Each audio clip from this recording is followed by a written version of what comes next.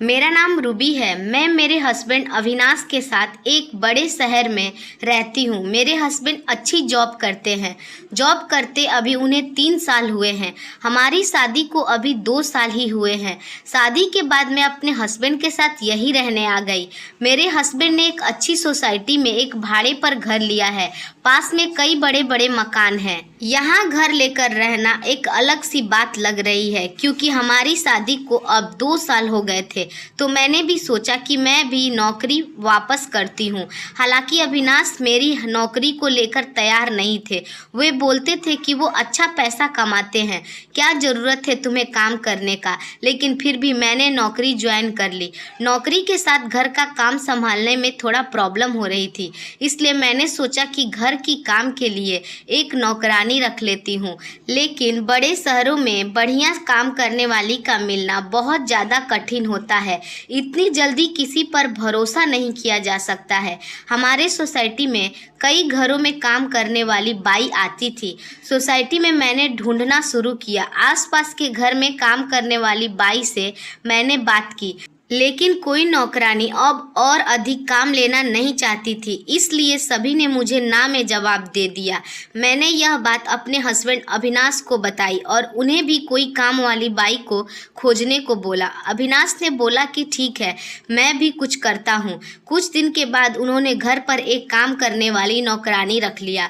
अविनाश उस नौकरानी को पहले से जानते थे। शादी के पहले अविनाश वहाँ से अपने लिए खाना मंगवाते थे। उनका नाम बसंती था। वो 45 साल की होगी। मेरे दिल को जैसे शांति मिल गया हो।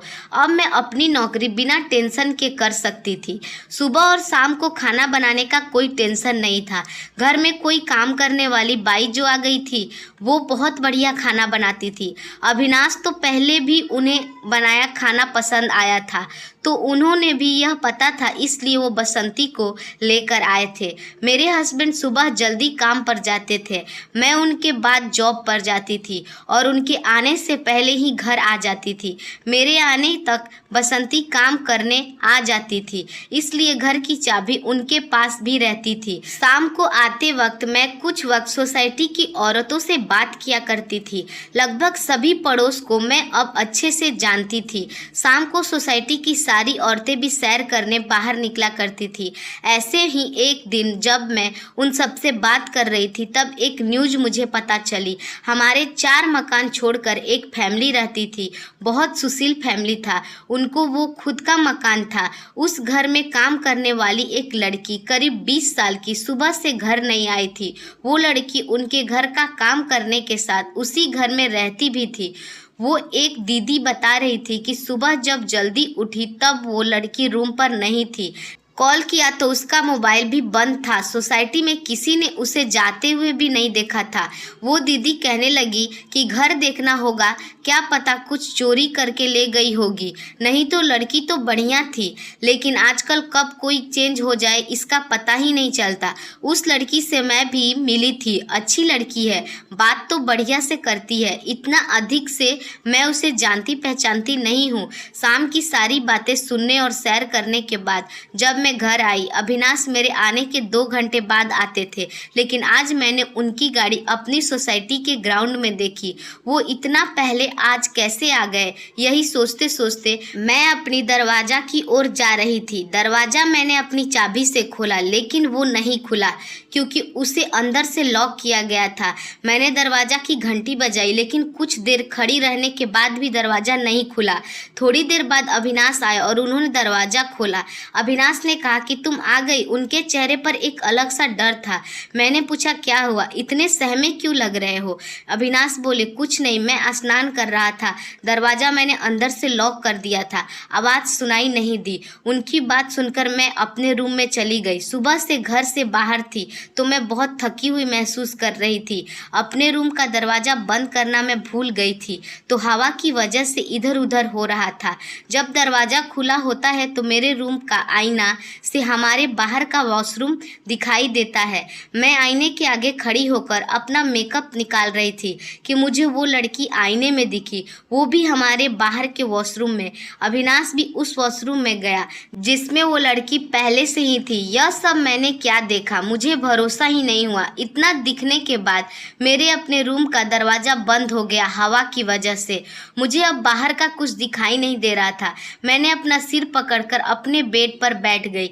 मैं सोच रही थी कि बाहर जाकर देखूं और जो भी मैंने देखा वो सब कुछ सही ना हो। मैं धीरे धीरे अपना रूम का दरवाज़ा खोलने के लिए गई। मैंने दरवाज़ा खोला तो वॉशरूम का दरवाज़ा तो खुला था। अविनाश और वो लड़की दोनों ही वहाँ नहीं थे।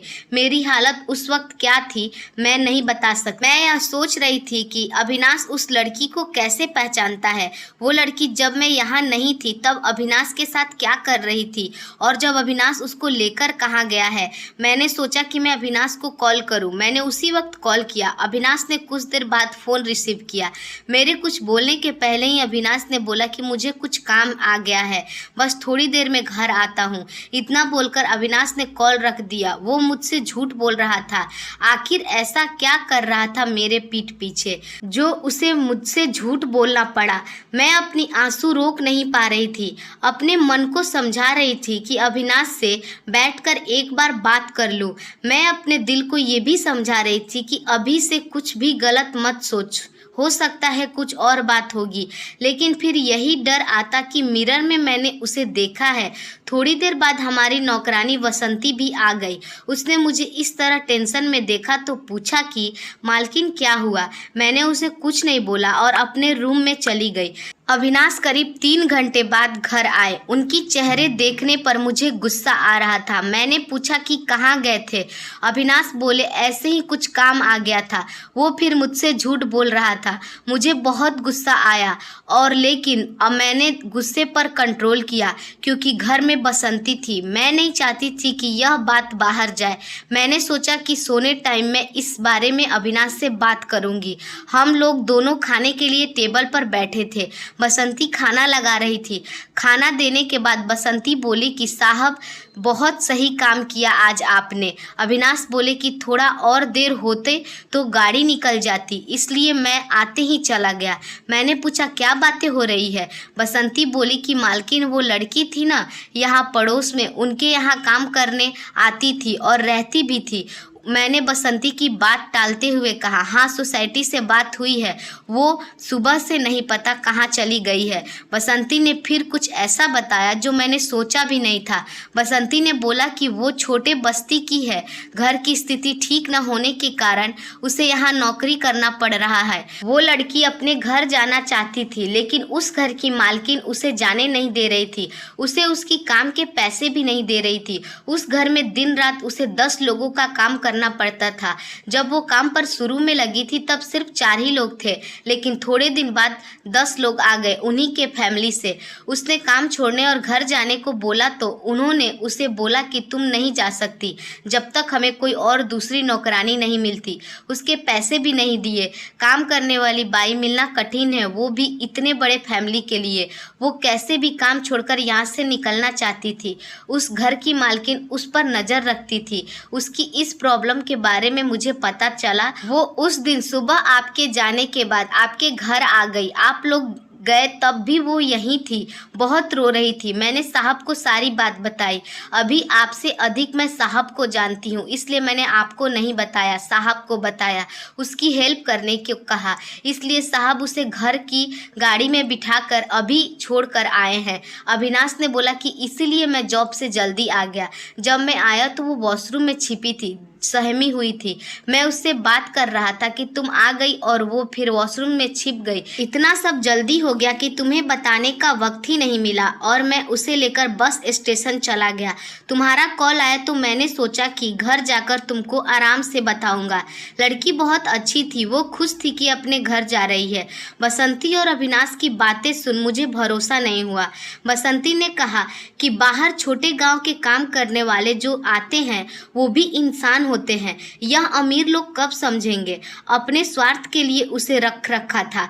उसकी बात सोचने पर मजबूर करने लायक थी। इसी के साथ ही मेरे आत्मा ने एक सुकून भरी सांस ली। मैंने मेरे हस्बैंड को कितना गलत समझा। उसने एक भोली लड़की की हेल्प की। मैंने बसंती को बोला कि अगर अब कभी भी तुम्हें ऐसा कोई मुसीबत में दिखाई दे तो तुम मुझे भी बिना टेंशन के बोल सकती हो। हम इंसान हैं, सभी को अपना जिंदगी अपने हिसाब से से जीने का हक रखते हैं।